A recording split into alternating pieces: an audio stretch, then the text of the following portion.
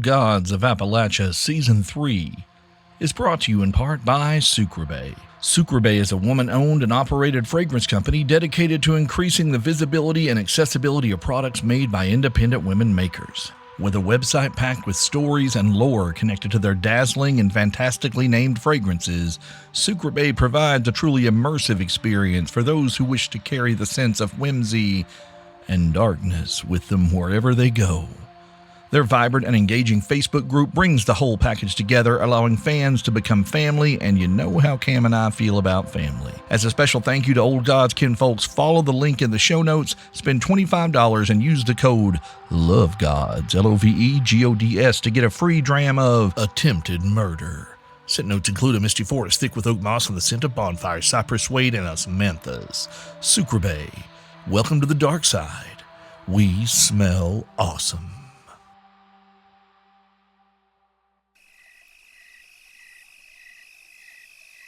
Old Gods of Appalachia is a horror anthology podcast, and therefore may contain material not suitable for all audiences. So listener discretion is advised.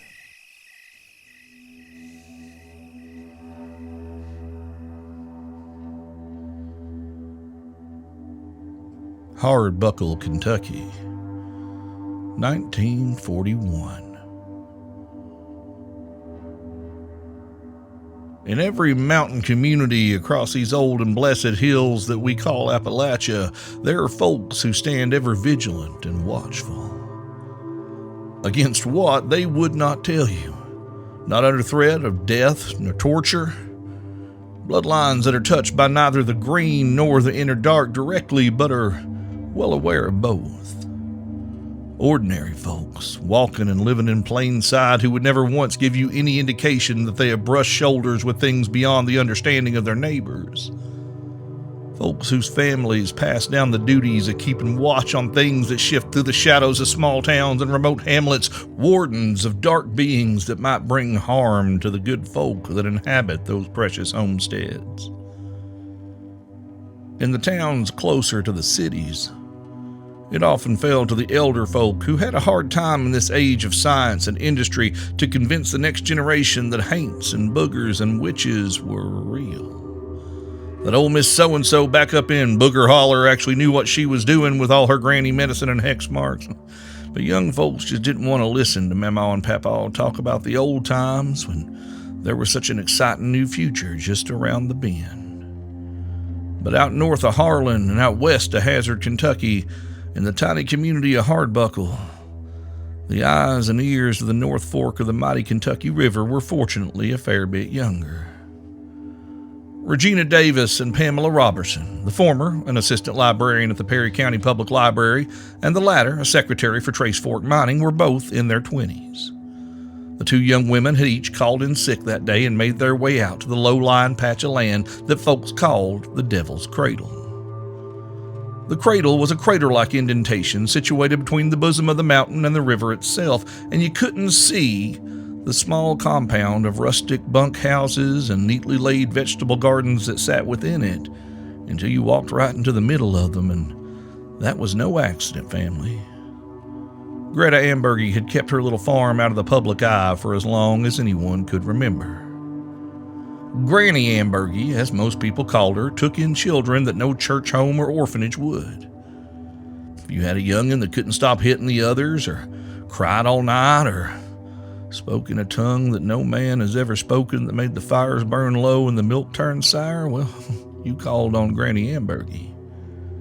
If you had a little girl who had seen the worst of what man or God could offer and didn't talk no more, who sat all silent and scared all day long, and who only made a sound when the moon fell new and her shape and shadow changed to something massive filled with teeth and eyes and vengeance, well, then you called Granny Ambergy. She'd come in her wagon, or later on in her long white sedan, and pick the child up and carry them off to the Devil's Cradle out between Hardbuckle and the Virginia state line. You wouldn't hear another word about or from them. People seldom ask what happened to children like that. As a result, the young'uns were able to live without fear on Granny Ambergy's farm, where they'd learn new skills, maybe a trade of some sort, and Granny's gift would keep their individual peculiarities in check. Over time, some would gain full control over whatever they carried within them and would eventually rejoin the outside world, making places for themselves in the greater community. Others would go on to live their adult lives mostly in isolation, building their own little homesteads in the shade of the mountains where hopefully they could be left alone. Greta Ambergy was known and well-liked amongst the elder witches of Central Appalachia. She was as no-nonsense as a Teasley, as patient as an Underwood, and as stalwart as a Walker. She was also older than most of the matriarchs of all those revered families, and she'd lived her life rescuing little ones from the works of darker beings. Most of the time, it was the doing of their own kinfolks. Parents caught up in some deal with a thing that come creeping out of the undergrowth, offering wealth and prosperity in exchange for their firstborn. Folks who signed their families over to the company they served, or worse still, folks getting in bed with the things that writhed and burned beneath the mines they dug and the tracks they laid. These children never asked for none of this. And so Granny Ambergy took them in and did the best she could.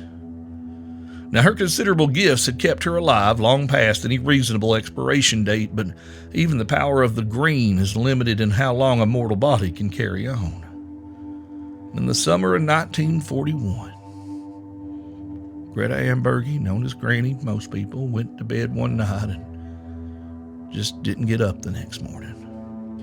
Her body had been discovered by Joyce Holliday, a local woman and trusted friend who had helped Greta around the farm these past 20 years. And there was only a handful of young folk living out in the cradle at the time, and Joyce had worked swiftly to bundle the 7 youngest children in the farm's care off to homes that could see to their unique needs for a while. Before she could make arrangements for the remaining older children, 2 boys and a girl, all in the awkward transition from childhood to their teenage years, well, the bank showed up. Upon Granny Ambergy's passing, the wards that kept the farm hidden failed, and the tax assessors and process servers who'd come looking for the long in arrears property about once a month finally found it. The law was brought in and the property seized, buildings were shuttered, and capitalism slipped another tendril down the collective throat of the hollers of eastern Kentucky. Bruce Horn, vice president of something or other down at Perry County Bank and Trust, was there to oversee the proceedings, and it was to him that Pamela Robertson and Regina Davis brought their questions. Bruce? Hey, Bruce! What's going on out here? We heard Miss Greta passed. What's happening? Called Regina as she waved to get the sweaty little man's attention. Hey, Regina, Miss Robertson, what y'all doing all the way out here? Well, we heard through the ladies' auxiliary they might need help with some of the young'uns.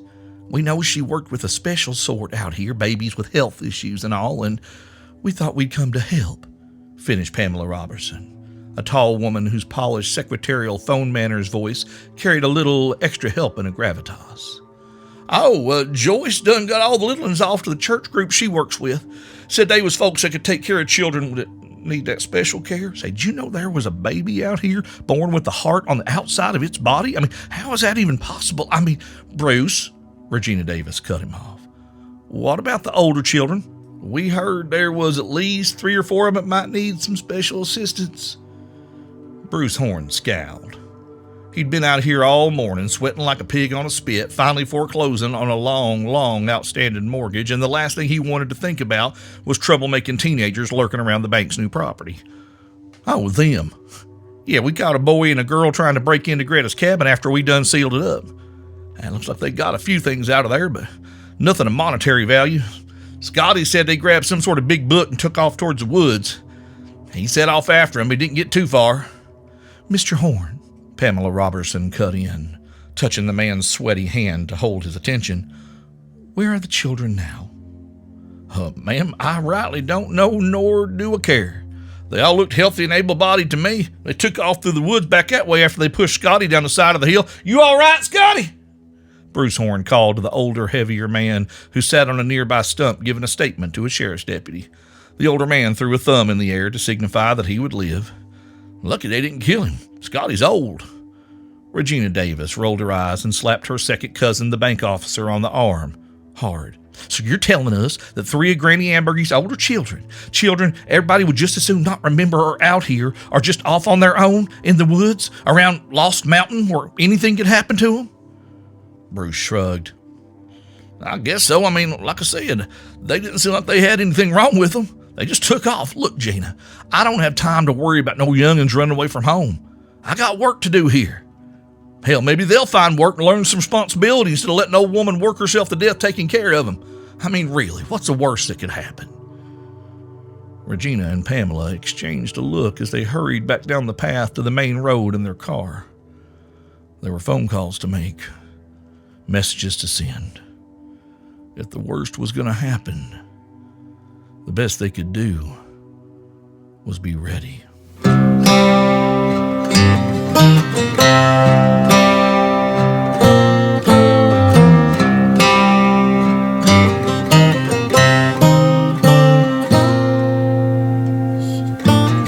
old hills call for the blood of my body, a pound of flesh for a ton of coal.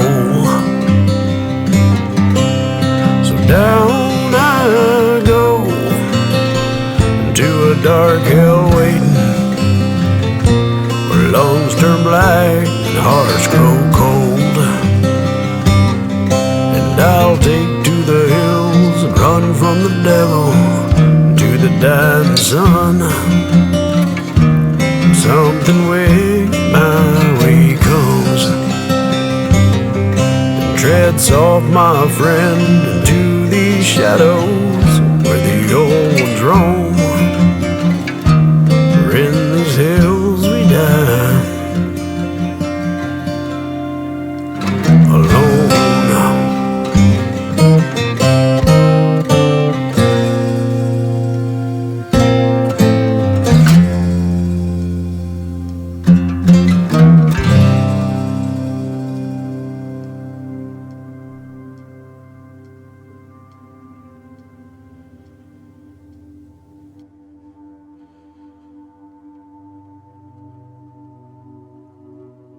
The boy stopped walking for a moment and looked back over his shoulder and listened. He strained his ears and peered into the darkening woods. Well, nothing back there as far as he could tell, at least this time. Summer hung heavy on the dark banks of the Kentucky River. The humidity was just a smidge under drowning, and because the sun had gone down didn't mean it wasn't still hotter and stickier than tree sap on a spider's leg. Lord, it had been a miserable day. Granny dying and Miss Joyce having to pack all the babies and little ones off with strangers. The only place he'd ever called home suddenly turned upside down by outsiders and lawmen. He didn't really know what to think about it or what they were going to do, but they couldn't stay there. His whole life, Granny had told him they better not go into the woods north of the cradle. There's panthers all up in them hills, Granny had said. Panthers, haints, and worse things if you go too far out towards the mountain. If the living don't get you, the unliving will. Sometimes grown folks tell young'uns stories like that to keep them within earshot of home so they don't get in too much trouble, but that wasn't the case on Lost Mountain. Jonah had heard the big cat scream in the night. He'd seen the lights that shifted on the far hillside when the leaves were off the trees. He knew they weren't alone out here. The mountain loomed in the near distance.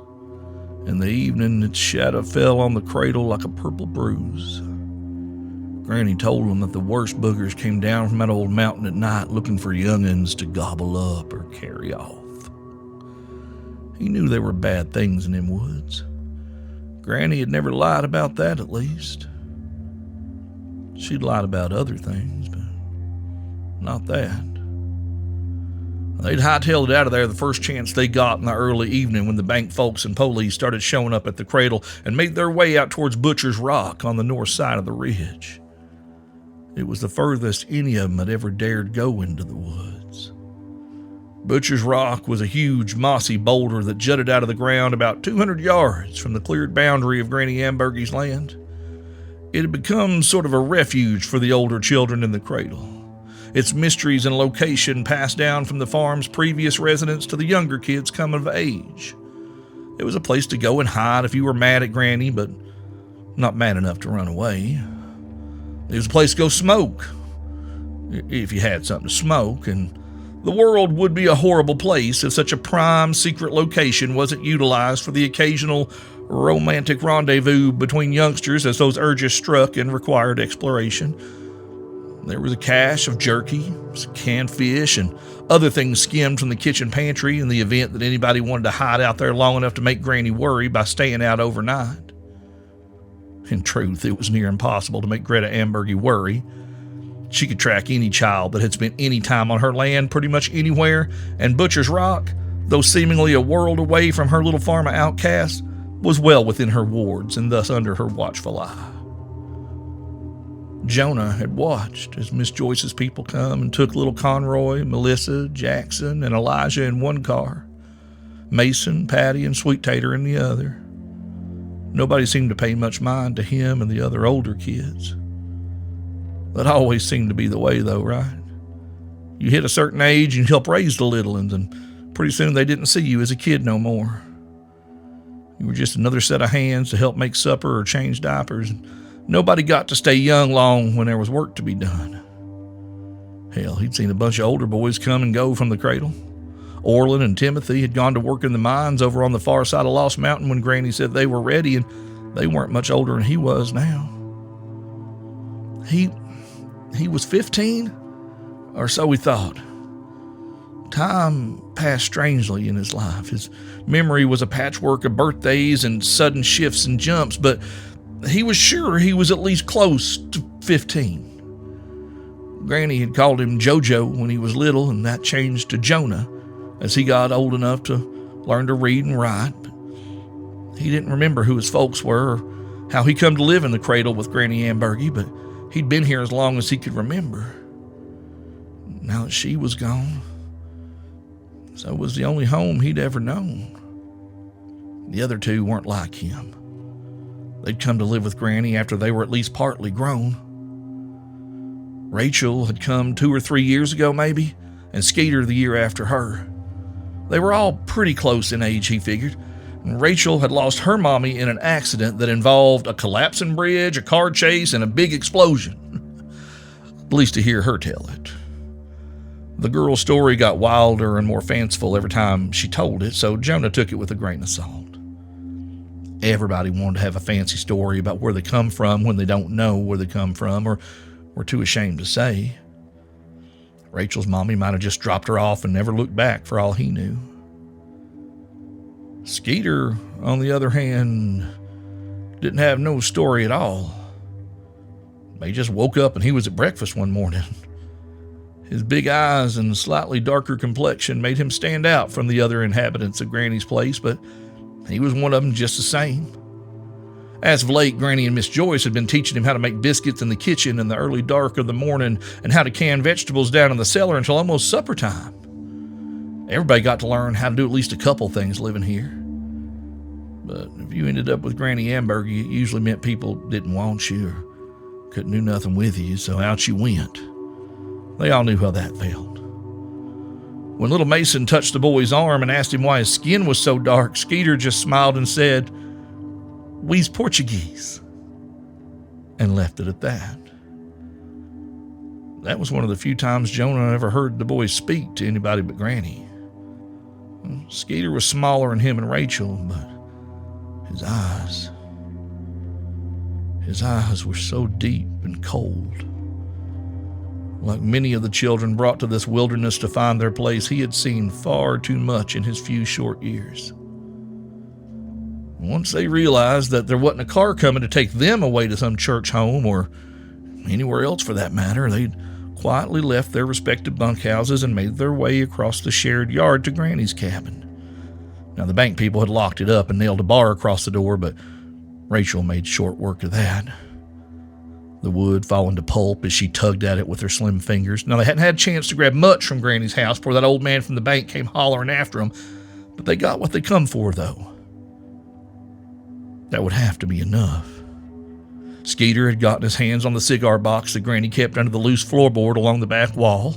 Rachel had managed to grab a stack of quilts off the bed, but Jonah only had eyes for one thing: Granny's Bible. She had read stories to him from that good book his whole life. Daniel in the lion's den, Moses parting the Red Sea, and his namesake, Jonah, swallowed by a big old fish for defying the will of God. But as Jonah got older, he managed to get a closer look at that book as Granny thumbed through its onion skin pages, turning to her favorite stories.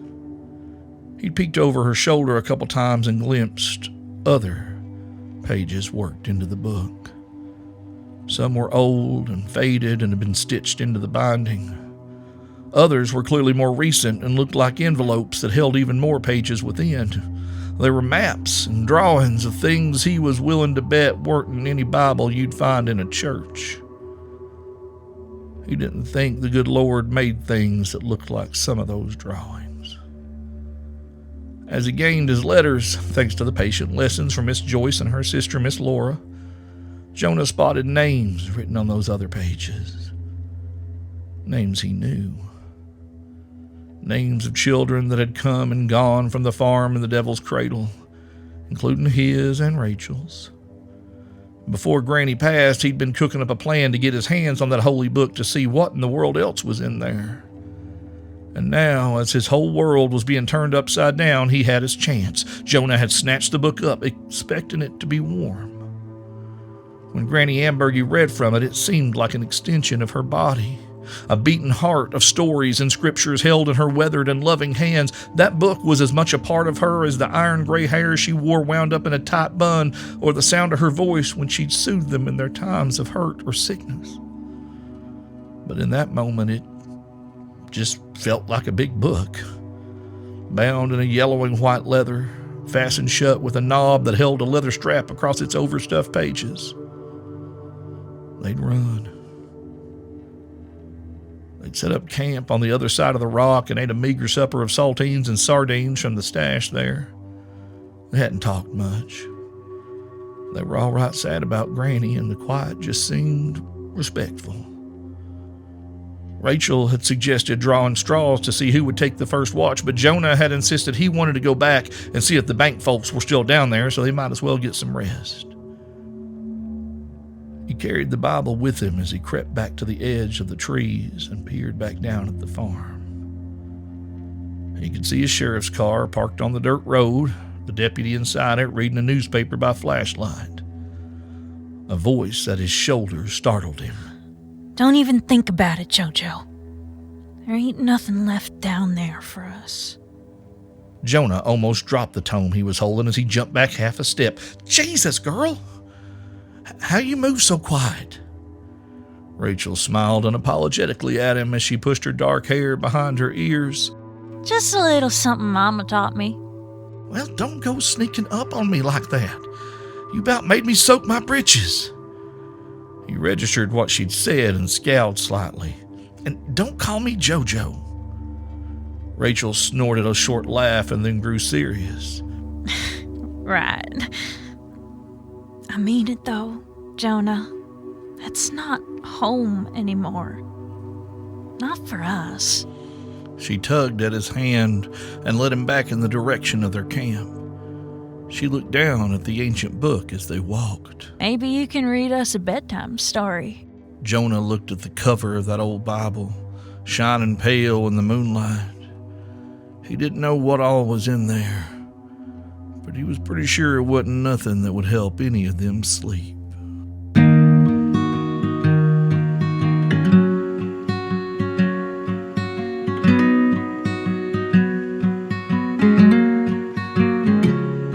We laid my mama to rest. The ridge bowed its head, and I tattooed her name on the top of my wrist. Was 6 feet too low when her heart becomes cold. They'll sniff out her bones and see how bright she glows. See, I hear that time is a cold hammer's blow, and the days in this holler are caskets to close. Well, I watch the sun sink and pray it may rise, and hope in the tales I keep buried in my mind.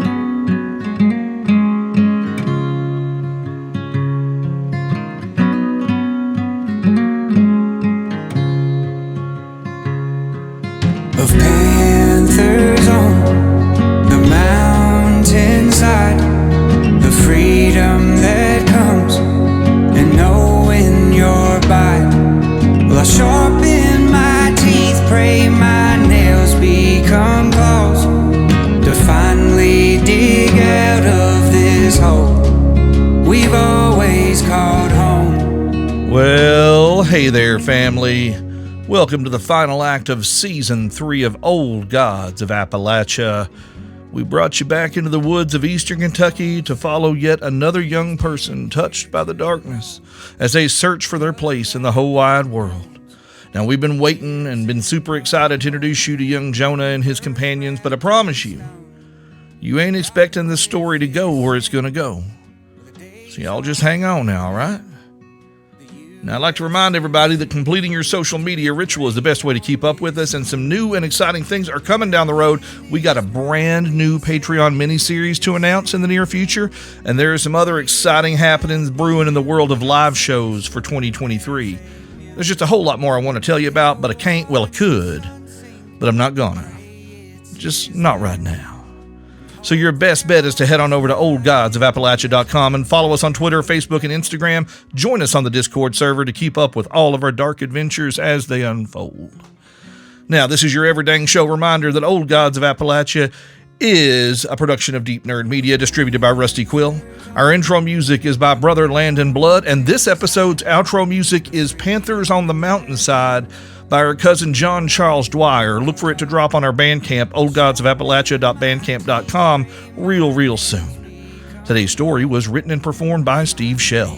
The voice of Rachel was Sara Doreen MacPhee. Talk to you soon, family. Talk to you real soon.